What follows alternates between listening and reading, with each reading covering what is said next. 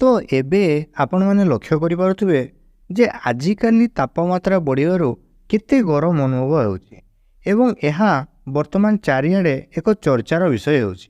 तो खबर कागज न्यूज चैनल इत्यादि चारिआडे वर्तमान यह विषय चर्चा होउछि। तो आगरू तो एते गरम अनुभव हेउनथला, तो वर्तमान एते गरम काहेकि होउछि आस से विषय जानिबा।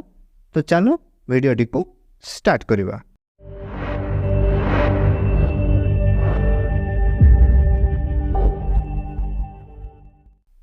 तो आम चारिपटे जो वायुमंडल घेरी रही से विभिन्न प्रकार गैस गुड़िक मिसिकी रही था एवं सेथि मध्यरु आमर किछि गैस को जथा आमर carbon dioxide, methane, nitrous oxide, fluorinated gases को आमर ग्रीन हाउस गैस बोली कुहा जाय थाए बा सबुज कोठरी गैस बोली कुहा जाय थाए। एवं एमानक मध्यरु जदि आमे कार्बन डाइऑक्साइड गैस रो मात्रा को लक्ष्य करिबा, एहार मात्रा हेउची सबुठारु अधिक जहाँकि हेउची 81%। तो यही ग्रीन हाउस गैस गुड़िक मुख्यतः आम परिवेशर तापमात्रा वृद्धिर मुख्य कारण अटे। तो यह आमर यही तापमात्रा वृद्धिर कारण किपरि आस लक्ष्य करिबा।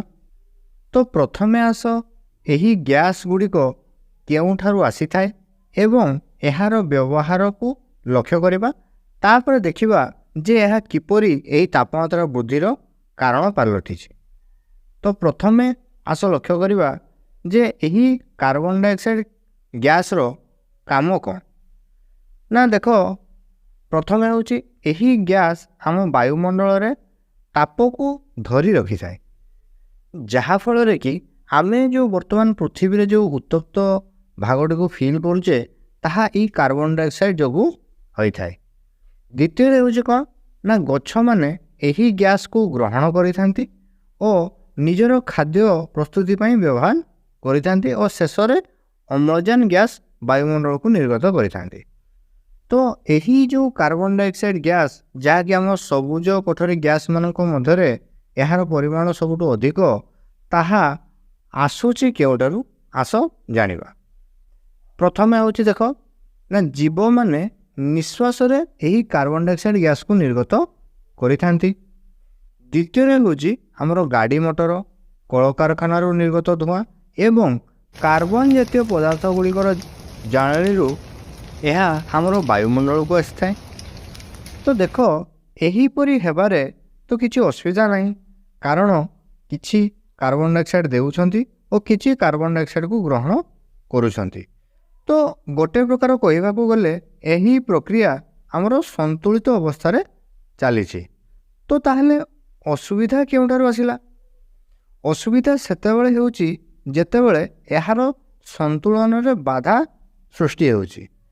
तो देख जदि आमे 1990 मसीहार पछकू लक्ष्य करिबा ताहले आमे कौन देखिबा ना जे सेतेबेले एते मात्रा रे हमरो गाड़ी मोटर कल कारखाना इत्यादि नथिला एवं गछ मध्य एते कटा जाउ नथिला, जहा फल कि बहु मात्रा रे कार्बन डाइऑक्साइड निर्गत हेउ नथिला।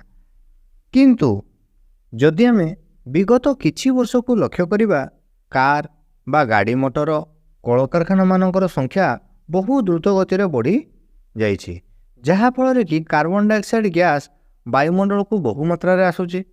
किंतु जेउ माने ग्रहण करुथिले यथा उद्भिद और वृक्ष माने सेमानंकर मात्रा वर्तमान कमी जाउछि, कारण वर्तमान लोक माने घर करिया पई, निजर व्यक्तिगत कारण पई एवं बहु कल कारखाना इत्यादि निर्माण करिया पई बहु मात्रा रे जंगल को काटी दिया जाउछि। तो जेहेतु एमानंकर मात्रा कमी जाउछि, सेमाने वायुमंडल रु कार्बन डाइऑक्साइड गैस को आउ बेसी ग्रहण करि पारु नांती, जहा फल रे कि कार्बन डाइऑक्साइड गैस रो मात्रा दिन को दिन हमरो बढ़ी बढ़ी चलीछि। जहा फल रे कोन होउछि ना हमरो वायुमंडल रे कार्बन डाइऑक्साइड गैस रो एक गाढ़ आवरण सृष्टि होउछि, जहा द्वारा कि सूर्य रु दिन बेला आम पाखकू जो आलोक आसी थाए ताहा भूपृष्ठ रे पड़िबा परे किछि एही पृथ्वी रे शोषित होई थाए और बाकीटी आमर ताप आकार महाकाश को ଚାଲି ଯାଇଥାଏ।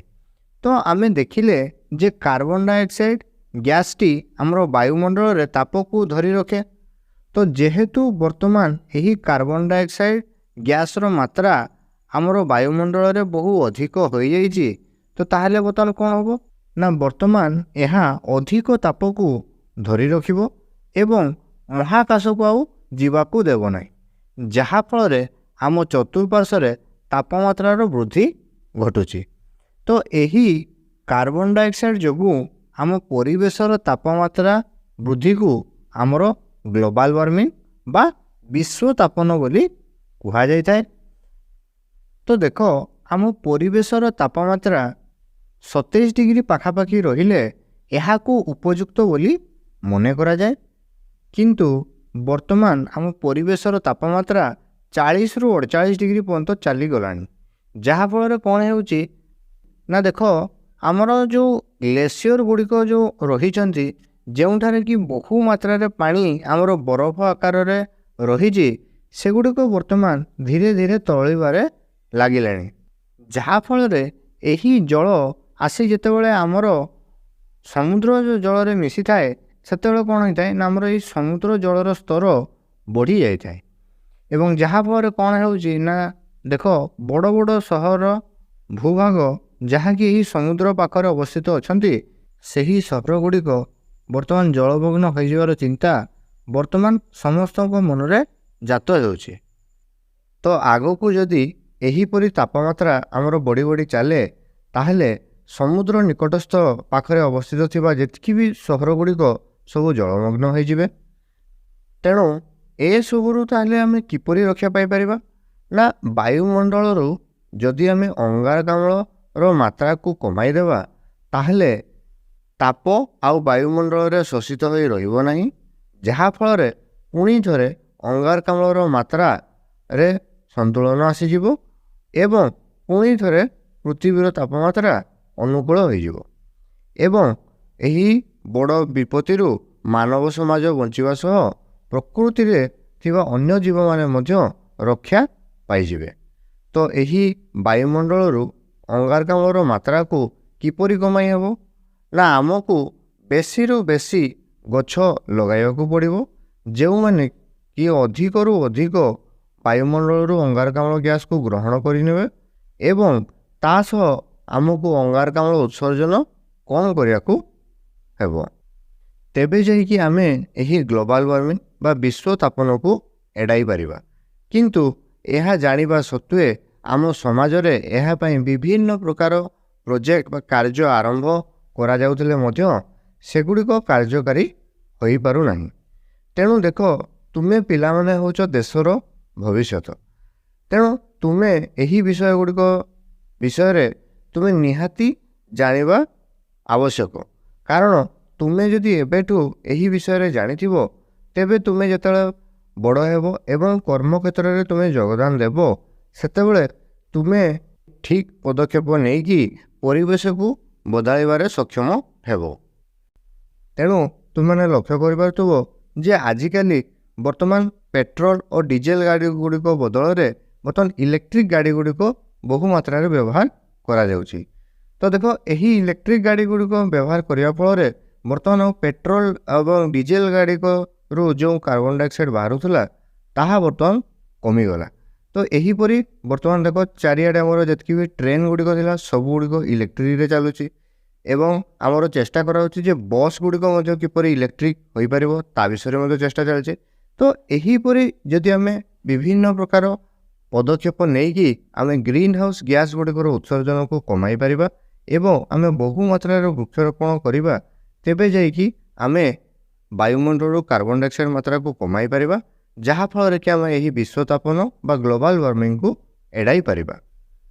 ତାପରେ ଦେଖ, ଆଉ ଗୋଟେ ଗ୍ୟାସ୍ର ଆବରଣ ଆମ ବାୟୁମଣ୍ଡଳରେ ରହିଛି, ଯାହାକି ହେଉଛି O3 ବା ଯାହାକୁ କି ଆମେ ଓଜୋନ ସ୍ତର ବୋଲି କହିଥାଉ।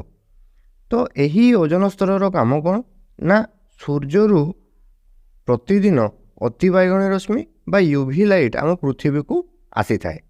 ଏହି ୟୁଭି ଲାଇଟ୍ ଗୁଡ଼ିକ ବହୁ କ୍ଷତିକାରକ ହୋଇଥାଏ ଆମ ପାଇଁ, କିନ୍ତୁ ଦେଖ, ଏହି ଓଜୋନ ସ୍ତର ଏହି ୟୁଭି ଲାଇଟ୍କୁ ଶୋଷି ନେଇଥାଏ ଯାହାଫଳରେ ଆମେ ଏହି ଦାଉରୁ ରକ୍ଷା ପାଇଯାଇଥାଉ।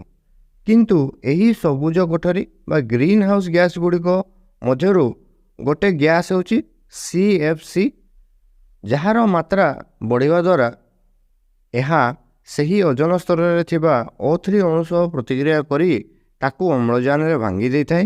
ତ ବର୍ତ୍ତମାନ ଏହା ବହୁ ଅଧିକ ମାତ୍ରାରେ ହେଉଥିବାରୁ ଏହି ଓଜନ ସ୍ତରର ଗାଢ଼ତା କମିଯାଉଛି, ଯାହାଫଳରେ ଦେଖ ଆମର ଏହି ବାୟୁମଣ୍ଡଳରେ କିଛି ଜାଗାରେ ଏଗୁଡ଼ିକ ସିଧାସଳଖ ଭାବେ ଆମ ପୃଥିବୀ ପୃଷ୍ଠକୁ ପଳାଇ ଆସୁଛି ଏବଂ ଏହି UV ଲାଇଟ୍ ଯଦି ଆମ ଚର୍ମରେ ସିଧାସଳଖ ଭାବେ ପଡ଼େ ଏଗୁଡ଼ିକ ଭିନ୍ନ ଭିନ୍ନ ଚର୍ମ ରୋଗ ସୃଷ୍ଟି କରିଥାନ୍ତି।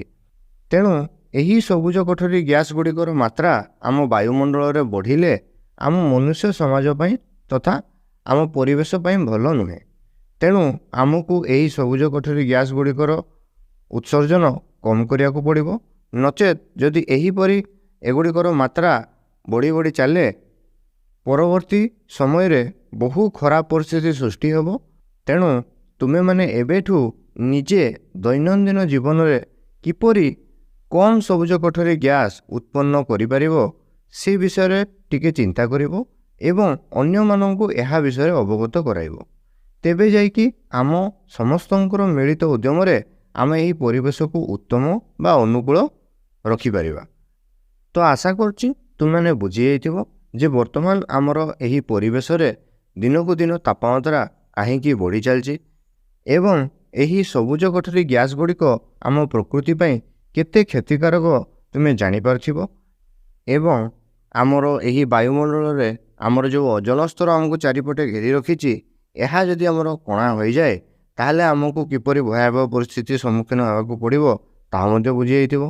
ତ ଯଦି ଏହି ଭିଡ଼ିଓଟି ତୁମକୁ ଭଲ ଲାଗିଥାଏ ତେବେ ଭିଡ଼ିଓଟିକୁ ଲାଇକ୍ କରିଦେବ ଏବଂ ଏହି ଭିଡ଼ିଓଟିକୁ ଆମର ତୁମ ସମସ୍ତ ସାଙ୍ଗସାଥିମାନଙ୍କ ସହିତ ସେୟାର କରିବ, କାରଣ ଏହା ବିଷୟରେ ସମସ୍ତେ ଜାଣିବା ଦରକାର ଯେ ଆମର ବର୍ତ୍ତମାନ ଏହି ପରିବେଶରେ ପରିବର୍ତ୍ତନ କାହିଁକି ହେଉଛି ଏବଂ ଏହା ଜାଣିବା ଦ୍ୱାରା ଆମେ ଆମର ବିଭିନ୍ନ ପଦକ୍ଷେପ ନେଇକି କିପରି ଆମ ପରିବେଶକୁ ରହିବା ଅନୁକୂଳ କରିହେବ ତା ପାଇଁ ଆମେ ଚେଷ୍ଟା କରିବା।